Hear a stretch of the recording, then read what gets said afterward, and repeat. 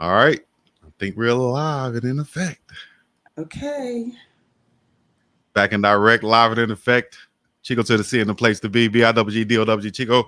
And like I said, we're back with another edition of Prime Parents. And I have another special guest with me. And of course, like I said, we're doing Prime Athletes, uh, CU Buff players. And one we have now is the mother of Tyler Brown. Of course, everybody knows Tyler Brown. Came over with Coach Prime and Shador and everybody from Jackson State, the offensive lineman for Colorado. And recently, right before the season, was ruled ineligible, so he couldn't play. So we're going to get all the ins and outs and insights from his mother, Miss Angela Brown, where she's going to share with us, their story from the start, from the beginning, from her mouth. So I'm going to have her join in right here with me on Prime Parents. You guys give it up in the chats for Ms. Angela Brown. How are you doing, Ms. Brown? Doing really good. Good, good. Well, great to have you on. I'm happy that you can join us and we can talk to you and just we can answer some questions that's going to come through in the chat. And also, I could just let you speak candidly and let us know how you're feeling and what's going on today. And we'll also step back and talk about your past, your upbringing, and also Tyler early years. But how are you doing as far as today goes? Oh, it's been a beautiful day. It was nice and cool, no humidity, definitely no complaints. Okay, great. Where are you located right now? So I live in Jackson, Mississippi right now. All right, great, great. Jackson, Mississippi. Shouts out to Jackson, Mississippi. So let's go ahead and talk about. Let's just let everybody know a quick update of Tyler's situation right now. So we are still ineligible. We have been looking through legal counseling just to see if there's any loophole or anything that was missed. With Tyler's situation, just just very super frustrating. I guess the most frustrating part is Tyler got there and was in school in January, and for the rules to get changed when he was already there, to be grandfathered in, and even after the grandfathered in situation, for him to be denied when he had actually two solid reasons for not losing that first year, moving from Louisiana Lafayette to Jackson State. But one thing about it, God always has a plan. And I always tell Tyler, when we get knocked down, we're not knocked out. There's always another path. And everything that we go through in life, that struggle makes us stronger, bigger, faster, stronger, and smarter for the next situation. Exactly. And I don't want to jump too far ahead, but I would like to say you said exactly what I was thinking, making you stronger, faster for the next situation. Oh, he's, believe it or not, he's lifting more. He's front squatting more. He's just naturally got given natural strength. But this is his year to get even stronger than he already was, which is kind of hard to believe, but he's pretty darn strong. Exactly. I think he was telling me he's like front squatting like 415. Yeah. With Yeah, these. that's a lot of people max back squat. So Yeah, and he was saying that he was just clinging 365, did 6 reps, lifted. So this is just the time to get, we don't know. And people don't realize, I know that of course, that he had torn labrum, so For sure. he wasn't even really at his full strength when he got to Jackson State. No, he was not. Yeah, we didn't even realize the year that he was playing, finishing that season at Lafayette with Coach Sales and Napier, that one of them was already torn. We had no clue. And he finished super strong. With that offensive line back then, they finished top 5 in the country for the best offensive line in the country. When he was there at Lafayette, Tyler never gave up one sack, not one. Right. And, he prides himself at being like that bodyguard, as he said, for Shedeur Sanders. And I think that's what really hurts him the most. He wanted to be there. It's hard to see your brother go out there, and he's been sacked the most times in FBS in college football this year. I know that's hard for Tyler to sit back there and watch on the sideline. You don't even understand. You know, he takes protecting Shedeur very seriously. You know, I'm going to share something, which is, I hope he doesn't get mad at me. Of course, everyone knows Tyler does suffer from anxiety and some depression. And Tyler's first anxiety attack came after the game, and I won't be too specific, when Shedeur someone came through and literally just cleaned his clock. And Tyler felt so guilty, so mortified that Shedeur was hurt. And it just kind of made him anxious, just knowing that he got hurt by them, you know, the O-line. You know, one thing I loved about his days in Louisiana with DJ and Coach Rob Sale is they taught 5 = 1. 5 = 1. Right. You work as a unit. You're one. You're one unit. 5 = 1. And that's his motto. And so he takes that very, very seriously. And he and Shedeur actually have a very close, genuine friendship. So it's more than just on the field. They're friends off the field. Right, right. And, you know, Tyler takes that very seriously, as you said, and to just watch that, man, and, you know, I hate he had to go through that. But on a positive note, though, what are some ways he's been able to, you know, cope through this, get through this and deal with it? What are some things that he do, or maybe some things that this have kind of forged a way to kind of explore more and find out more about himself, maybe forge some more relationships? The funniest part is, which no one knows, when the days that you don't see Tyler, they have him in a black jersey. So some days he's playing nose tackle. You know what? Funny. He's the strongest on the team, and that's legit. Look, I never cut anybody off, but let me stop you right there, because I literally did this right here. You say he wear the black jersey at practice. I literally did this. I text Neely. I text a couple of teammates, because I saw a video and they had this guy in the background, big, huge guy with the black jersey on. And I said, whoever that is, that's the prototype. That's who we're looking for right there. So I text Neely, who is this guy right here wearing number 90? I never seen him before. I couldn't really tell because it was in the background. I just see the shape. And Neely started laughing and said, man, that's Tyler Brown. He's playing on scout team. I said, well, hell, that's what we're looking for right there. So it's big because he gets a chance to give the first team O-line a good look. Right, right. To kind of get ready. And yeah, he's giving them a good look to get ready. And they have asked for him to do that on more than one occasion. Right, right. For people that's listening out there that don't know, the scout team is guys who are either red shirting, might be ineligible, or guys who are not in like the first 2 rotations. They'll go, and I did this my junior year actually, so I understand what Tyler's going through. They'll go to the scout team and give our team, the first team, looks on what they'll be facing in the coming week. So and it's also for the guys in that position is a chance for them to work on their skills, stay in shape, get better, and just keep sharpening their iron, so to speak. So and it's so funny because he literally hasn't played defense since high school. Praise God. Did not like watching Tyler Brown play defense. You'd rather see him play offense, yeah. But he swears he's just been killing it. So I believe him. I believe him too, because he definitely looks the part out there. So let's take a step back. We're in college right now. Let's go all the way back. Okay. Tell us about yourself, your upbringing. Did you have any athletic background or whatever? So hello, of course. Tell us about it. Right here. That's right. Okay. So yes, I'm from a little town called Milan, Illinois, the Quad Cities. And so I love my mom, love her dearly. My dad's my best friend. My dad's been my best friend since I could walk and talk and breathe.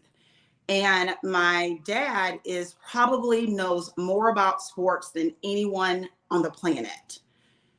Baseball, football, basketball, you name it, he knows it. So shout out to Winston Michael and my mom, Sally. And so to hang out with my dad, I literally started listening to ESPN with him, watching sports with him, just because I wanted to hang out with my dad. So I have grown up absolutely loving sports and an absolute tomboy. And so I ran track. I played fast pitch softball, state champ, and I'm an All-American for softball.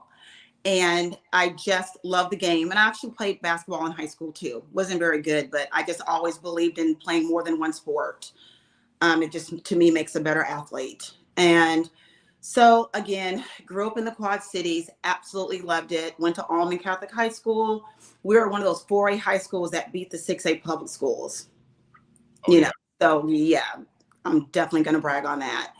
That's So right. just grew up always knowing that sports build character. Sports teach you how to win, lose, everything in life. And it's so funny because I was just a typical AB student, nothing major.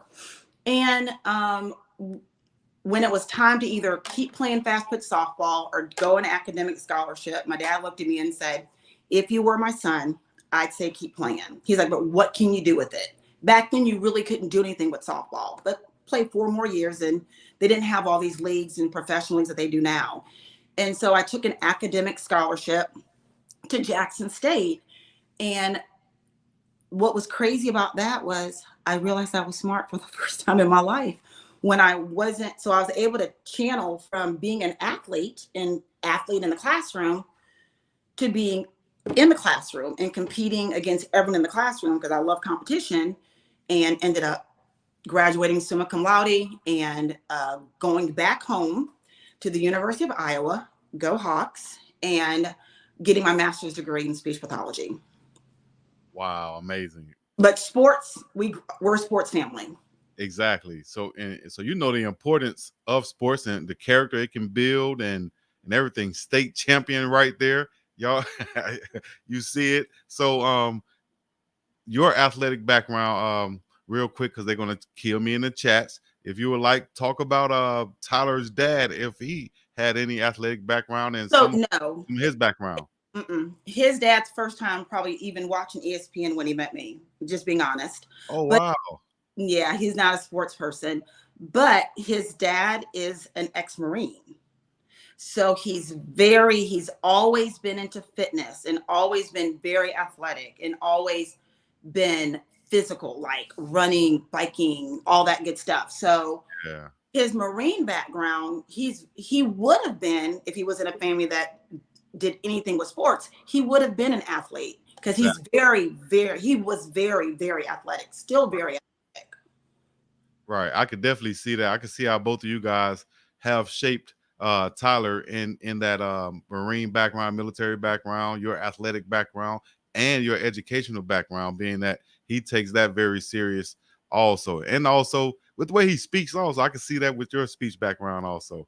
Highly intelligent young man. So talk about his younger years coming up as a young lad after you gave birth.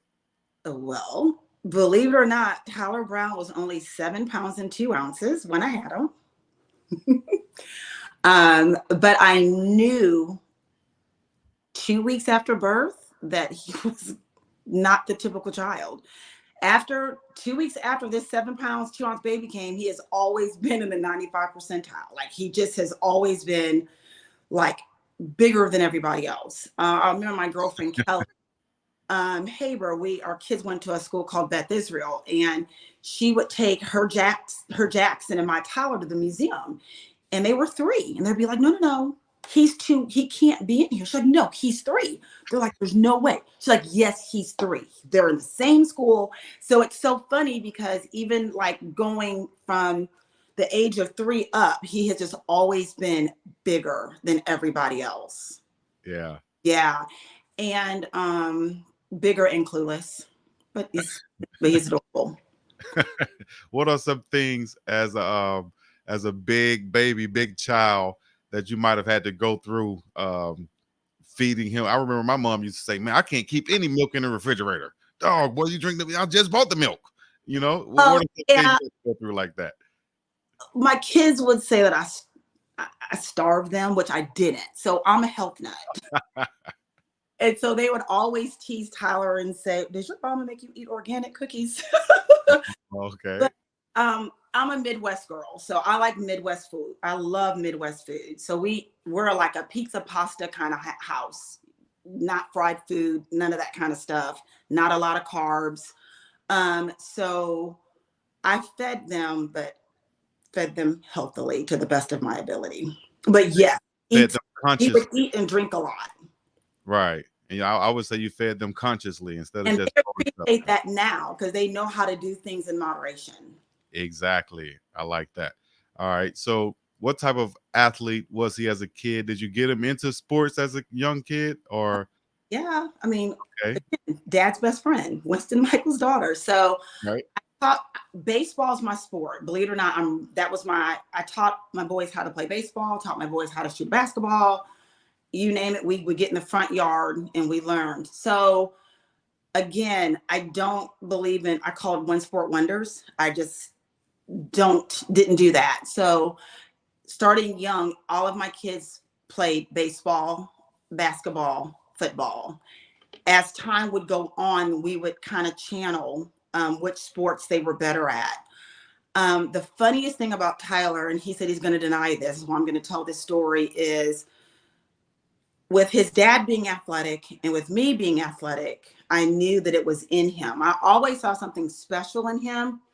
He just wasn't the most coordinated fella I'd ever met. And so he loved basketball. And so back then there was a coach here called Coach Brent. And Coach Brent used to teach basketball at Callaway. So I paid for private lessons for Tyler for basketball starting in 6th grade because he was god awful. And I always believe in, if you're going to do something, you've got to do the extra to be good at it. If you suck, you suck. And I'm going to tell you suck. But we're going to work on doing the extra thing to get better at it. And I'll never forget when Tyler was in 6th grade, Coach Brent looked at me and he's like, "I know he loves basketball." He does, Coach Brent. "He's going to play football." I was like, "What?" He's like, "No, he's going to play football. He's going to play football in college and he's going to go for free." I was like, "Coach Brent, ain't no way." This time, this just was not the most coordinated kid. And so I always remember that Coach Brent said that. And so then, but Tyler was really good in football for youth football. Like he was like the best person on the team, but he went to a small Catholic school called St. Richard's back then. But Mhm. starting in 7th grade, my dad looked at me and he said, "Angela, when are we going to get Tyler extra lessons? He has got to learn how to run. There's no way that he doesn't know how to run." I said, "Okay, okay, okay, okay." So we went to a place back then called D1, didn't feel it. Went to a place called the Baptist Healthplex. I was like, "Okay, I like this." So we ended up joining a place called the Baptist Healthplex here in Mississippi. And we met a guy back then named Chris initially, and then a guy named Jeremy Evans. To this day, we absolutely love Jeremy Evans. He is now actually the strength and conditioning coach at Mississippi Valley. Mm. And Tyler worked with Jeremy 3 times a week. He'd go after school 3 times a week. And he'd work on just agility and running and foot speed and footwork. Literally from 7th grade to this day, he still works with Jeremy to this day. And so to watch Tyler, what I love the most when we did the camps his junior year, going to senior year, I would love when they would go to the footwork because Tyler then was a magician. I mean, his feet could move quicker than anybody. So he Right. got the feet of like honestly, Tyler has feet that moves like a wide receiver or moves like a skill position. His feet are just phenomenal. And so I would always love that part because here's this 270-pound kid with feet just could move like you wouldn't believe. But the coolest thing that Tyler did that no one else ever would know is that when he was in high school, every Wednesday morning from 9th grade on, he would wake up at 4 a.m. and go work out with a guy named Chaz Ramsey, who used to play offensive line for the Auburn Tigers. He would work out with him from 5 a.m. to 6 a.m. every Wednesday morning for 4 years, getting an extra work to get better. Shouts out to Big Chaz. So that's the difference, that we always believed in not doing the minimum, always doing the extra. I'm a Jordan girl. I mean, my kids will tell you Jordans ago, they're in their 20s. They know Jordan ago, end of story. Best part during the pandemic for us was getting in my room every Sunday night and watching The Last Dance. And we'd watch it. And they would say, Mom, that's where you got that from. Because I would always say stuff like, you get one bad day, and we're over it. And like we would do a sport and people would think I'm probably abusive, and my kid would be sick. Ashton one time vomited on the football. He went out for a play, went back in, because that's my kid. Because I would say, well, Jordan played a whole game with the flu. If you're not bleeding or dying, get back in there. We'll figure it out. One bad day. That's a Jordan quote, right? One. That's it. You get one. And that's how I raised them. They get one bad day. Lick your wounds for that one bad day, and we got to move on. Y'all hear that in the chat? That's one quotable right there. We've already received. I know it's been more before that, but that's one definitely you guys can ride on. You know, you get one bad day, then lick your wounds and move on. I'm gonna live by that for this weekend for what's been going on with me, myself. And all right, so Tyler goes, and we're still in Jackson, Mississippi. I saw a question come through. I didn't, if I missed it, I'm sorry, but Tyler was born in Jackson, Mississippi, correct? Is that Jackson Hospital down there? He was born at the Baptist Hospital. Okay, at the Baptist Hospital down there. So keep bringing your questions in. I'll make sure I star them so we can go back to them before the end of the show. All right. Frustrating part with the NCAA, you know, when Coach Looney died, and I won't cry, he was close to our family. He's the one who recruited Tyler. He's the one who came to our house. He's the one who went to all of Tyler's high school games. He's the reason that Tyler ended up in Louisiana Lafayette. So to watch Coach Looney die in front of him has been a life-changing thing for all of us to this day. And the hardest part is for them to count that against Tyler. When Tyler went in the portal, because it was just, he couldn't stay there anymore. Tyler had offers from 5 Division I schools, big schools. He had the coach from Indiana called Tyler every day. He had head coaches calling him every day from big time schools, Boston College, Kansas, Indiana, you name it.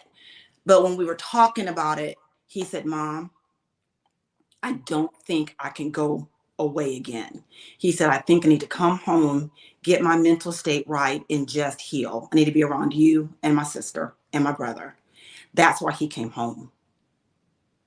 Wow. And then for them to count against him coming home, because watching someone that we love died in front of him, is criminal. And then they claim to care about mental health. They don't care about mental health. They don't care about mental health. Well, we're gonna definitely get into that. I want to ask, so with Tyler being at Louisiana Lafayette, and then having his close coach, like his mentor, passing away right there in front of him, and then having to just take that in consideration, say, man, listen, man, I need to transfer. Mom, matter of fact, I need to come home. You need to come home.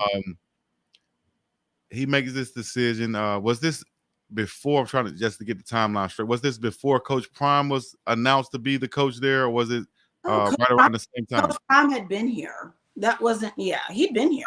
That was a year after. I'm sorry. Coach Prime had been there. He had already been there. Second year when we decided to transfer. That's right. Okay, and so he decides to come home to Jackson. How was that you guys' first time experiencing the HBCU culture there, and how did that affect? No, remember I went to Jackson for undergrad. No, I'm sorry.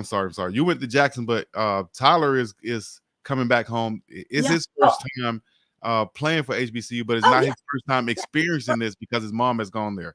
No, because I'm a season ticket holder, so they grew up going to the games. They grew up going to Jackson all games. I've had season tickets since I moved back to Jackson, Mississippi. Yeah, so no, they grew up at the stadium watching the games. Tyler got an offer from Jackson State coming out of high school. And Right. that was when they fired, I forget who the coach was then, but they fired that coach and they never re-offered him and other things happened. And we ended up being Louisiana Lafayette. Okay. And so that goes back to your childhood with your dad, to where you really got into And involved then with that shout out is my mom and dad both went to Jackson State, alumni, and my dad's actually the first person in his family to get a college degree, and that oh, from Jackson State. nice. Shouts out to Jackson State University and all the HBCUs out there. Long line of history for Tyler Brown, with him coming back home, going to Jackson State. So that was something that he experienced as a kid, thanks to his mom having season tickets there. So it, that experience at Jackson, having that relationship with Shador and Coach Prime and everything's going pretty good. Yeah. How was his personal health, his mental health at during that time? Okay.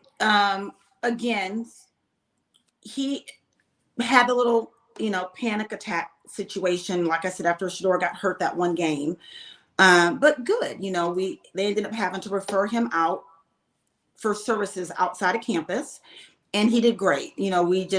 Coach Prime had Thursday meetings with, I think it was about 15 players every Thursday, players that had like either anger issues, mental health issues, and he had private meetings with them every Thursday because of the struggles that he went through. And so that just made a bond. For the first time, Tyler felt like he didn't feel ostracized and he didn't feel different because he had anxiety and because he was on medication. For the first time, he had someone tell him it was okay to not be okay. Right. It's okay to not be okay. And so to have someone who's over you and a Hall of Famer who's over you, who accepts you for who you are, even with your anxiety challenges and even with your depression challenges, it was the best thing ever to build my son back up after being deflated from DJ's passing. It was the best thing for him. He helped to build him back up. Good. And so Tyler had that passing of his coach, and then he mentioned that he got close to another coach down there that ended up getting another job and leaving, and that really So I got having to leave. I'm gonna love this man forever. His name is Coach Rob Sale. I love you, Rob Sale. I love you. I love you. I love you. So Rob Sale was the head O-line coach with DJ Looney at Louisiana Lafayette. After DJ died, Rob Sale ended up taking the head coaching offensive line job for the New York Giants. So both of the people that he depended on left. DJ died, Rob left. And when I tell you that DJ and Rob Sale were Batman and Robin, Batman and Robin. And the coolest thing during the pandemic for me was, again, I think you kind of realize I'm kind of a hard mom.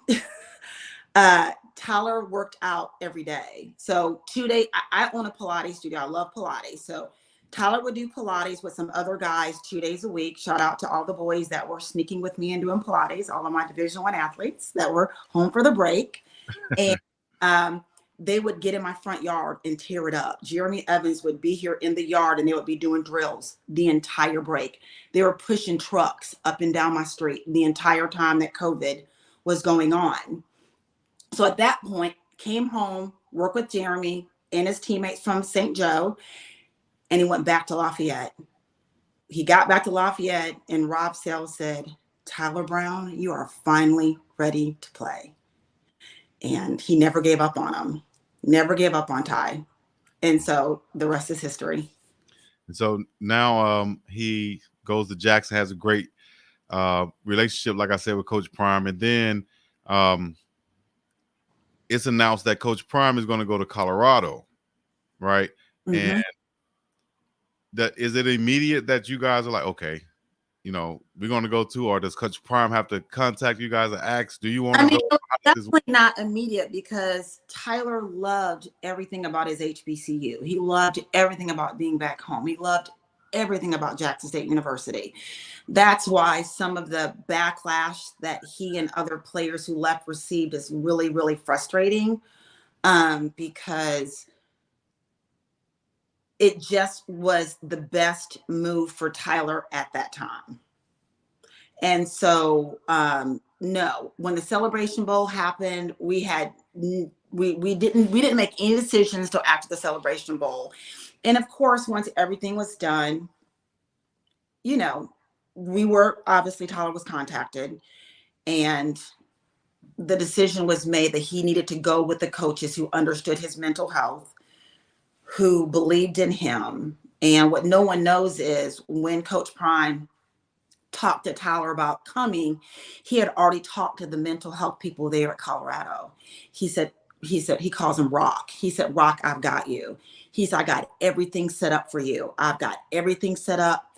They know about what's going on with you. He's like, I've got everything set up and you're going to be okay. And so just to know that someone took his mental health that seriously, because all of that's a factor, and that to know that you're wanted and that you're loved and that you're cared for, I mean, why wouldn't I allow him to go with him? And that's a big deal, because if anyone knows my Tyler, he is a homebody and he is always close to me. So that was that's something that I don't think anyone, excuse me, I don't think anyone has heard before or have known, that Coach Prime already checked with the school, found out about their mental health department and what they could do to help out Tyler Brown before even contacting him. Correct. Kudos once again to Coach Prime. I don't know what else to say. That's cold-blooded. Because I was going to ask you, follow up and ask you, is there anything that the university is doing to help monitor or whatever, just he help has out Tyler Brown? Yeah, and he goes to you just answered that. Yeah, he goes to counseling once a week, and they provide his medication. He's on 2 different medications and has been on that since he was 18. The coolest thing about when he came here, the doctor here at Jackson State, when his mental health started getting better with being with Coach Prime, his medication is like not as powerful. So that was a good thing. So like people just don't understand that. Like even the medication that he was on a higher dose. Now we're on a lower dose, which is really, really good. So yeah, it was good. It was good. Yeah. They took his mental health seriously and they made sure he was well taken care of. Wow. You know, and when he says, I love my Rock, he loves my kid, because no one loves it more than I does. He loves my kid. Oh, yeah. You could tell he's genuine about that all the time. That's Coach Prime. Man, I'm so happy to hear that. So he's doing well. He's going through these summer workouts, getting ready to go. I'm talking about the strongest guy on the team is obvious. It's shown on Well Off Media and Reach the People Media and the pregame show.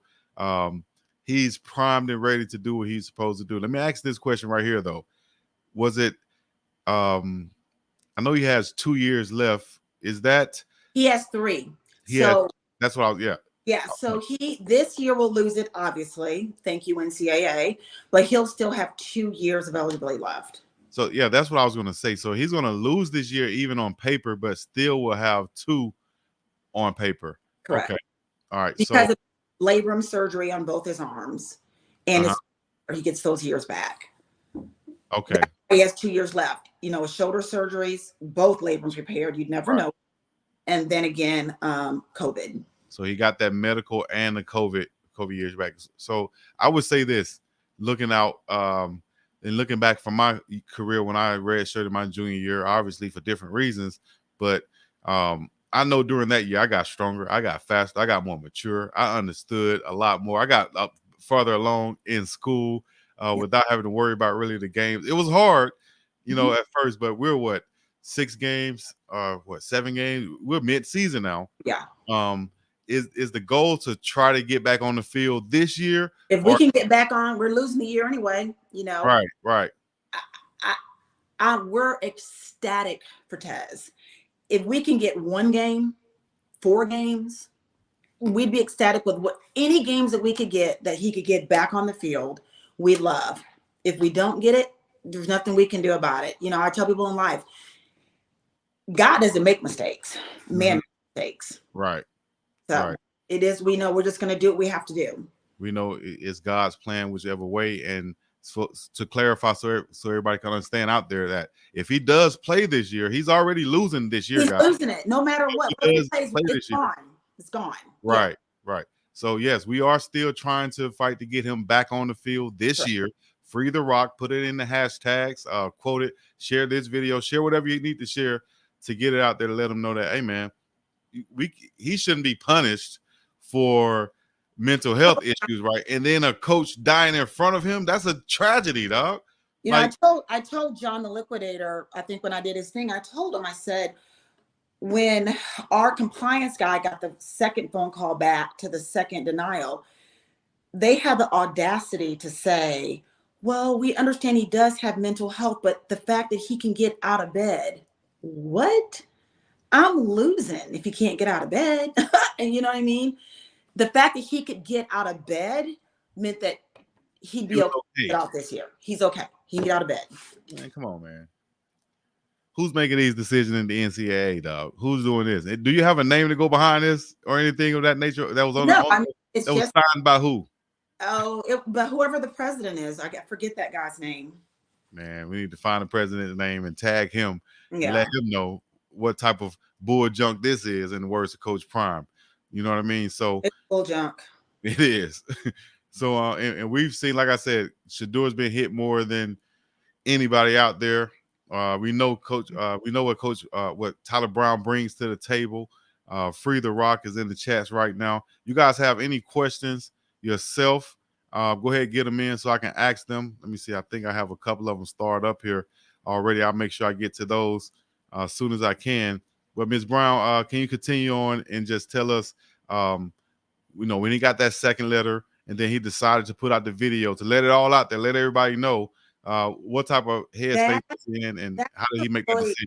Yeah, that was a really hard family decision because, again, you get to see Tyler at his most vulnerable state, and when we talked about it, the worst thing is someone can suffer in silence.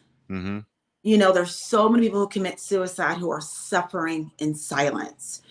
And so I've got this big, strong, intelligent, articulate kid who has issues. And I thought that it was important, number one, for people to see who the NCAA really is, obviously.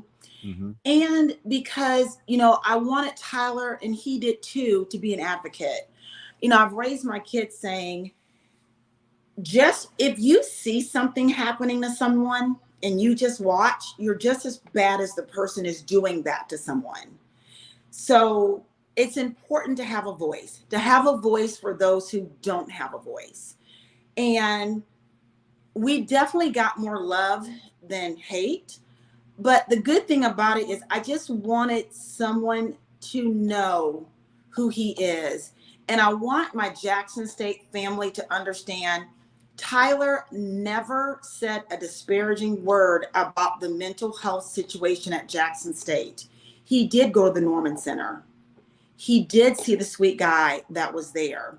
But because Tyler's on medication, you got to see a psychiatrist or the one that prescribes the medication. They couldn't do that there. So they sent him out to Jackson Behavioral Center. And that's because they could not treat him. And that's why I had to pay for the medication. And that's okay. But I want people to understand he did go that route. We did go that route first. But because of his situation, they could not prescribe and keep him on medication. So that's why he had to go to behavioral center and have outside therapy along with the free therapy at Jackson State. So he wasn't being ugly about my school. I love my school. He loved school. He loved everything about it. But right now, he doesn't like it for the way that he's been treated. But that's not the case. He was not talking bad about JSU. We love JSU. It was just a fact. It was a fact. I did have to pay for his medication. And I did have to pay for outside sources. Exactly. So if those are facts, then those are the facts. Just that. It was and just right. And we know, like you said, your parents and yourself, alumni of Jackson State, and Tyler's going there. We know the love that's there for Jackson State. I love, of course. I love. And we, I didn't take anything of that. Hopefully he didn't get too much of a backlash for that. And whatever backlash that did come from that, hopefully that's has diminished and stopped now, and they understand the situation. He muted all the nonsense, because you have to sometimes just block out the nonsense. Right. Feed your brain with positivity. Exactly. And speaking of that, as I like to do, I like to try to keep it positive on this show also, because you've expressed those things in the past, and we're there for it. But what can we do moving forward to either help Tyler get on the field this year, or just have a better outlook for what's to come in the years for him? Just continue to kind of do what you're doing. Just, free the rock, free Tyler Brown. Make a note of just mental health matters. The NCAA says they care about mental health, but they really don't care about mental health. Support Tyler like I do. I'm wearing his jersey. I got to show it. I'm that mom. I even did this in high school. That's right.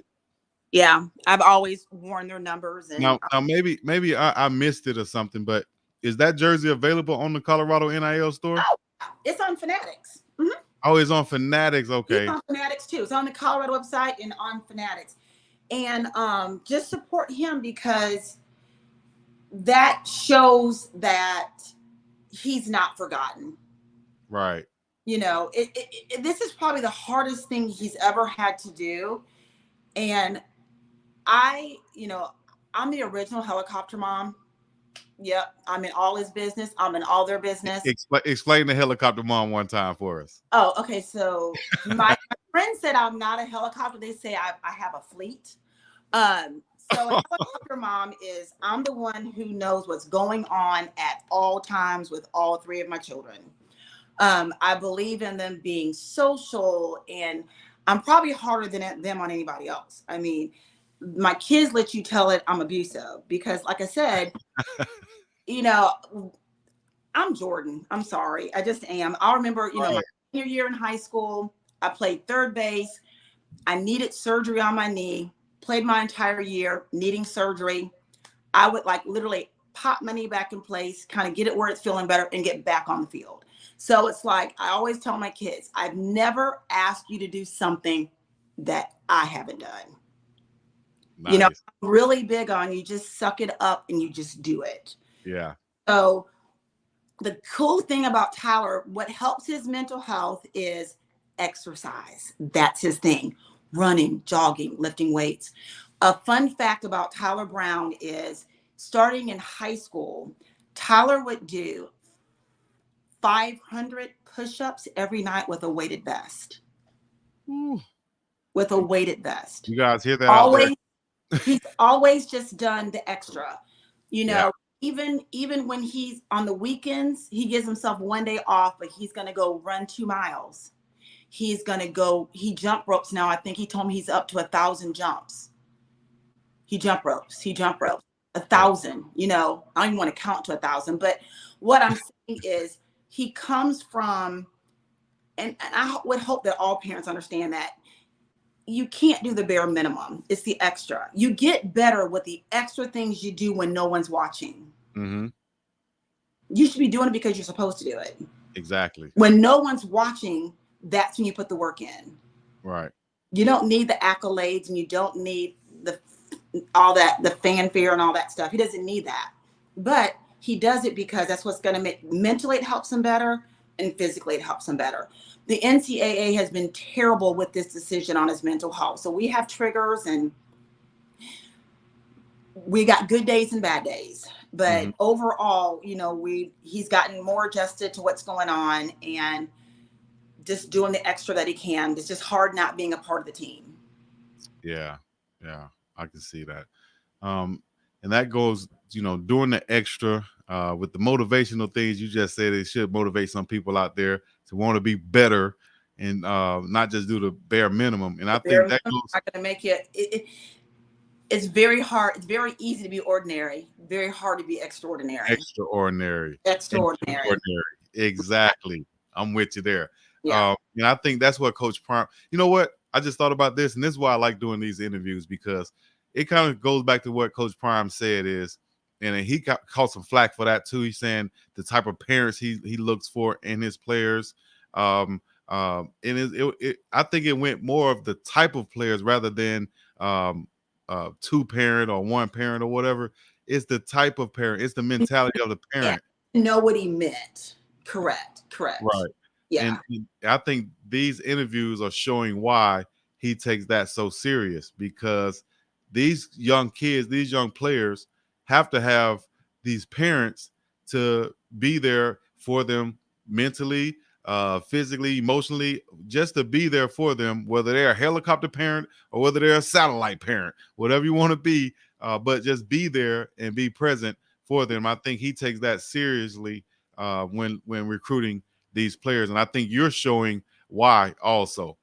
What do you feel about parents and their parenting style to get their player to being get their son to being a good student athlete And daughter. Don't you discriminate. or daughter. Shouts out to all my daughter Alexi's a state champ too in volleyball. Shouts out to Alexis. We got 2 state champs in this family. Getting them swings in.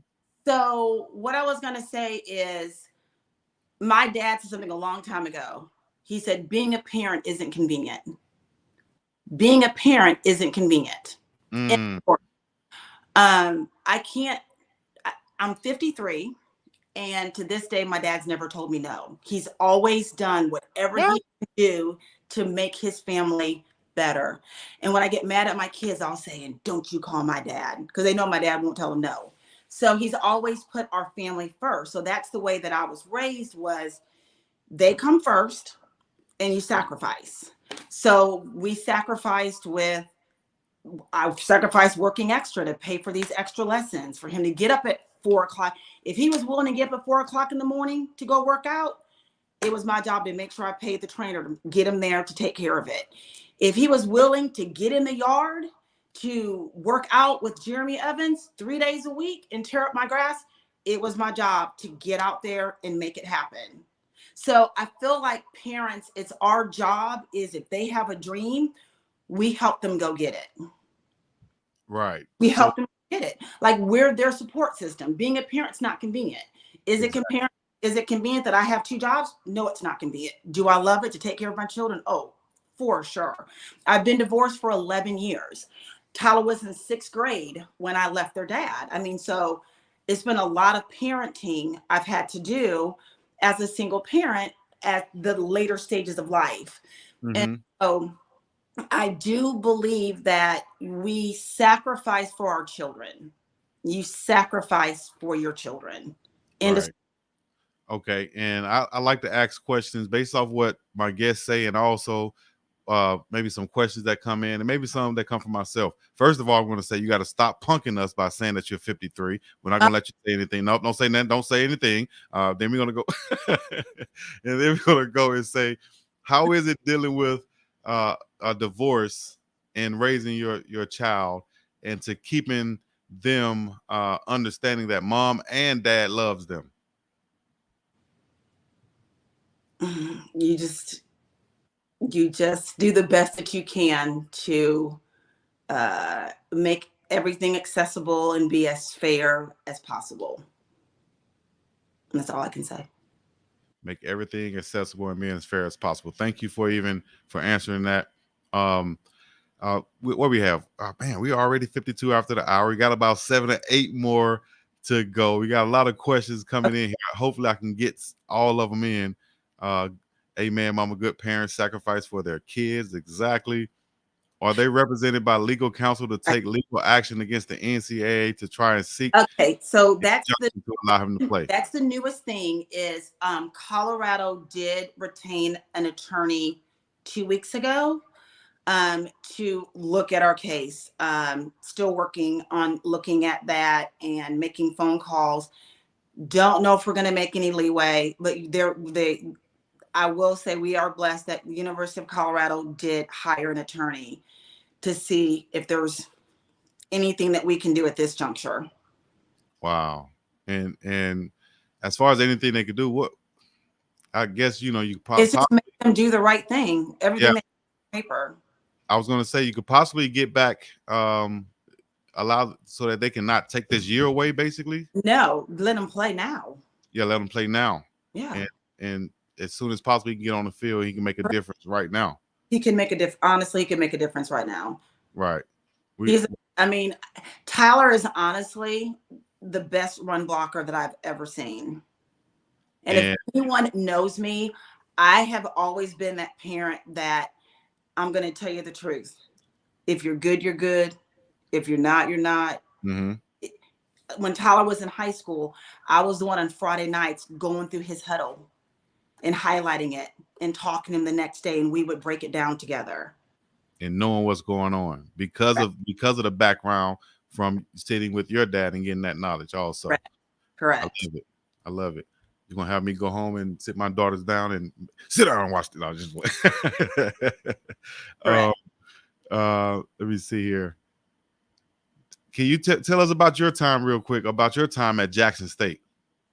Loved it. Saw you light up. Yeah. Shout out to my sorors. I'm an AKA. My time was great. So I ended up getting my undergraduate degree. Like I said, my family, that's our school. So I grew up like I told you, in the Quad Cities. And that town is on the border of Iowa and Illinois. My dad taught on the Davenport, Iowa side. My mom taught on the Illinois side. It was only 45 minutes from Iowa City. And so because of the non-diversity where I grew up, mm-hmm. they sent me and my brother to Mississippi to get a feel of being in the South, just to be very honest. And that Jackson State is so awesome. You've got so many people to JSU from like Michigan and Detroit and Wisconsin. It is like, people don't understand how Midwest Jackson State is, because a lot of people sent their kids back down here to experience their school, our school. And so came back here, enjoyed my 4 years. Like I said, graduated summa cum laude, went back home to University of Iowa. And believe it or not, I was the third person ever admitted into the speech pathology program in Iowa City at that time. Just the third African-American. And that was in 1992. And the coolest thing about that was when I went to the University of Iowa, there were so many Jackson State people there in like law school and in med school. And I found out then that they accepted all post-grad students at Jackson State because they had a high rate of success of getting their degree. Isn't that crazy? Yes, You'd have never known that about University. Never known exactly. Never known. So they always back then accepted Jackson State students in postgraduate degrees because of our success and the foundation that our university does with our academics. So went back home, got my degree, took a job in Brandon, Mississippi, of all places, came back to Mississippi, met their dad, and that's how I ended up here. Gotcha. All right. So no plans right now moving to Boulder, where it's colder. My daughter just started school at Tennessee State University in Nashville, Tennessee. I got an 18-year-old in college, so I got to work a little bit longer. So no, I cannot. Give a shout out and spotlight your other kids, Tyler's siblings. Okay, so his older brother Ashton Brown moved to Denver, Colorado, to be with his brother. He moved in July, started working in August. He is a mechanical engineer. And so he's out there 18 minutes from his brother, which I love. My daughter, Alexia, is also a mechanical engineer, and she goes to Tennessee State University in Nashville, Tennessee. And her nickname is Killer. That says it all. And Tyler will tell you she's actually the best athlete in our family. On the volleyball court, yeah. Getting those skills. And so those are the three siblings. And of course, Tyler's in Boulder. He lives in Broomfield. And they're just thriving and doing wonderful. So I've got 2 in Colorado and 1 in Nashville. So I'm an empty nester right now.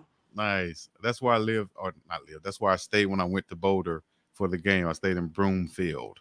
Uh, Yeah, that's where nice he. area. What's Tyler's major? What is he looking to become? A professional in after football?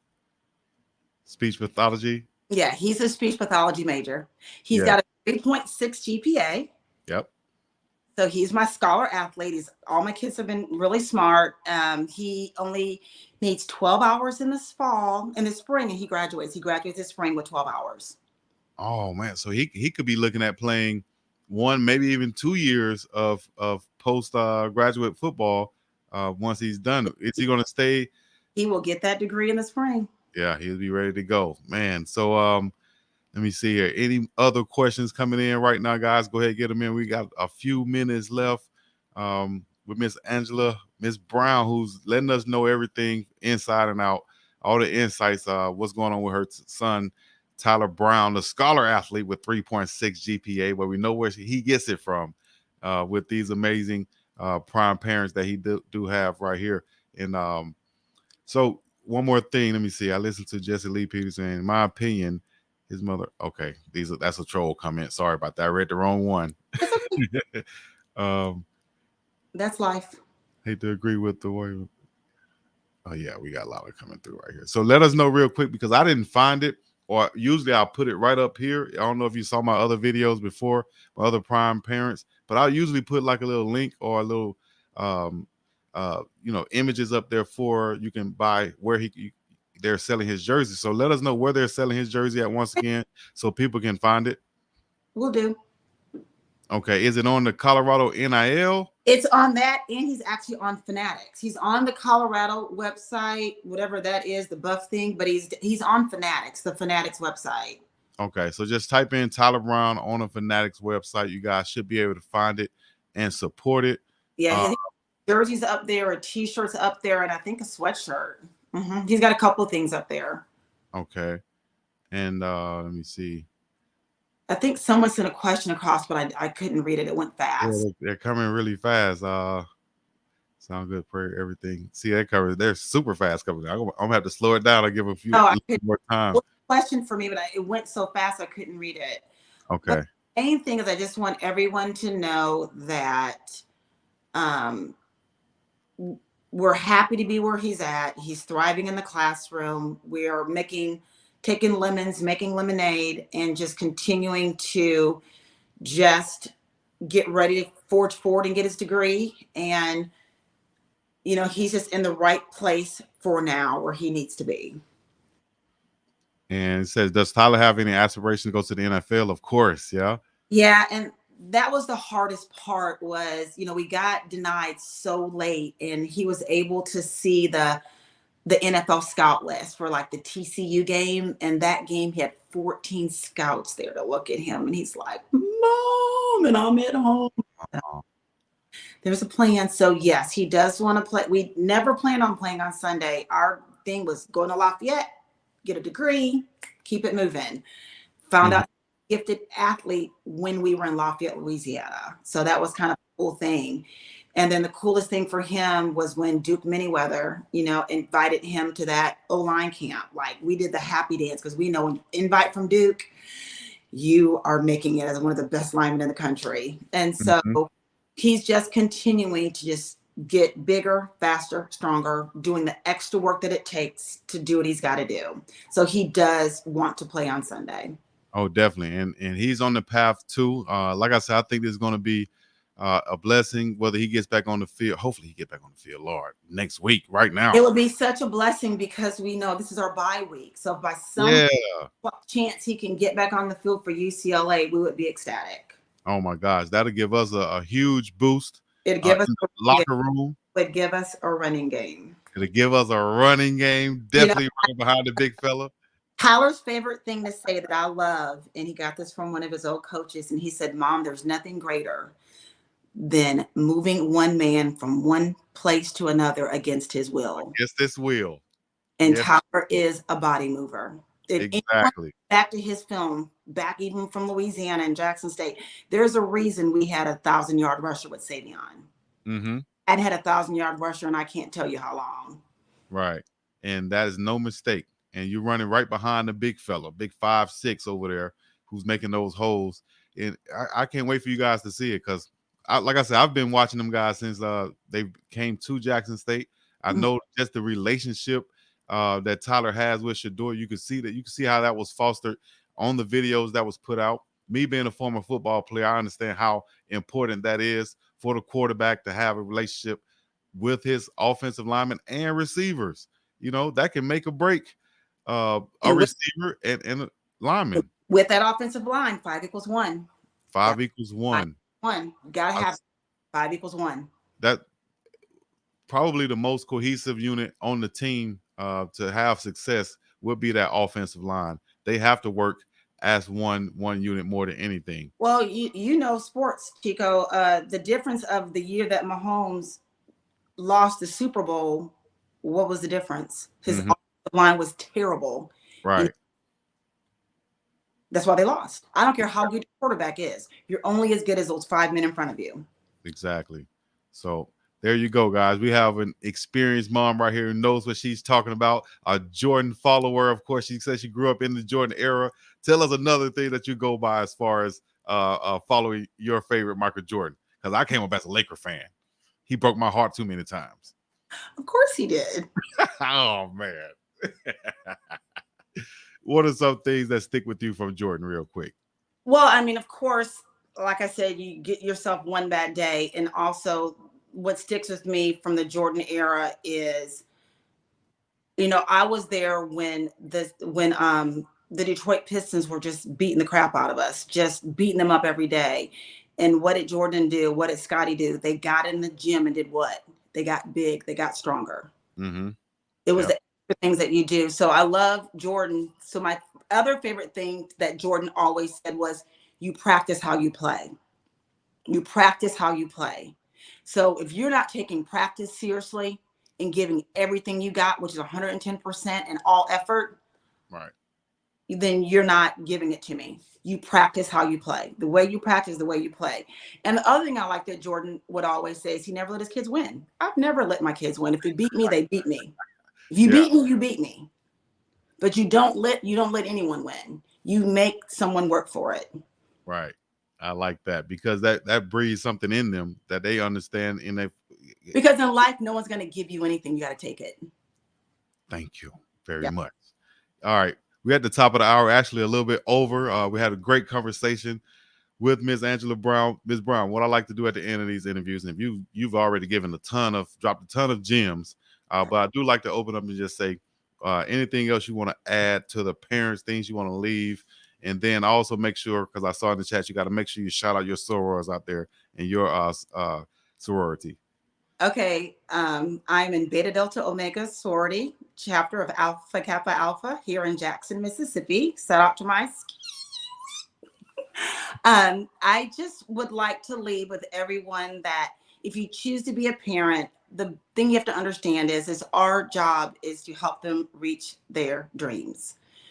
You know, whatever we can do, our goal is to always make sure our children have a better life than we have.